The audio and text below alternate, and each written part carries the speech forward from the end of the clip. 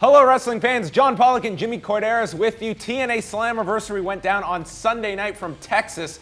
And alert the presses, Jimmy, a solid TNA pay-per-view. And listen, you and I were very critical about the overall TNA product, but credit where credit is due. They came through on Sunday night with what I thought was a tremendous show for those that watched the show. And that might be a different topic of how much interest there was going into this show. Hard to complain coming out of it. No, absolutely. And what they did, I think, was kept everything simple. The matches were very simple. They told a story in the ring. They let matches breathe and develop.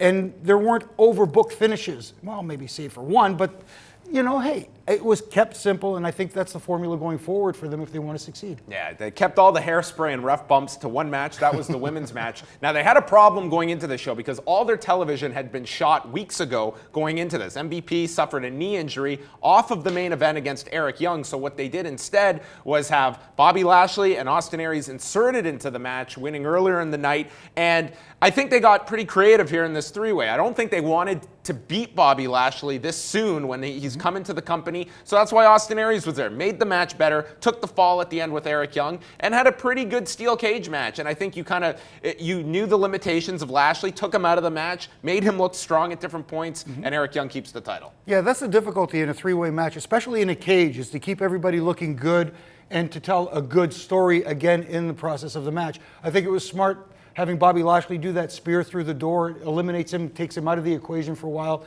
and let the other two guys go through to the finish, like you said. The second biggest promoted match going in was EC3 Bully Ray. They did a Texas death match, i.e. last man standing match. The match I thought was laid out very well, and you're coming off that great John Cena-Bray Wyatt match just 2 weeks ago, and I thought they did a very good job of differentiating this match from that. You're obviously teasing the big spot with Dixie down the road and teasing it and then pulling it away at the end with the table spot, and Ethan Carter gets the win, and they put a lot of stock behind Ethan Carter of trying to get him across to people. And what did you think of the match overall? I enjoyed it. I thought it was a great match. Like you said, differentiated itself from the last man standing match we saw last month.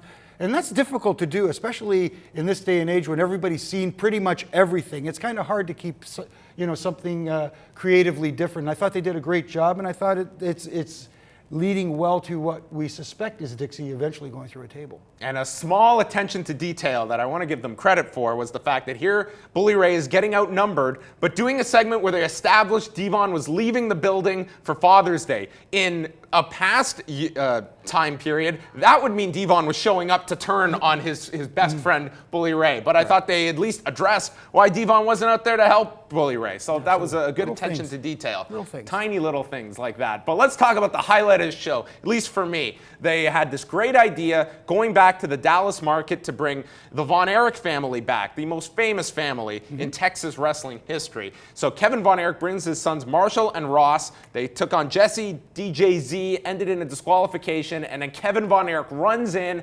applies the claw hold to Zema Ion.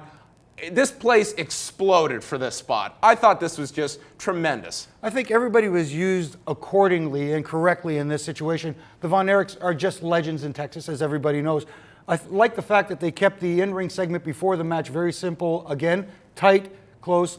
The match itself was actually pretty good. Obviously, the kids are a little green, but that's There's limitations with them. Yeah, it's a minor little thing. And the other minor little thing is I would have preferred them actually winning the match, not via DQ, but actually in conventional method. I don't think it would have hurt bromance, especially since it was Zema Ion in the match and not Robbie E. If you're TNA, what do you take away from this show? Because we've talked about the talent roster is there. How does this transfer to the television show so that you have the anticipation and can get more interest for your pay-per-view rather than here we had a great show at the end of it, but unfortunately not the build-up? Yeah, I think what they can take away from this is, listen, we kept it simple. We just kept most of the stuff in-ring action with limited backstage promos and in-ring action like with the announcement of the Hall of Fame.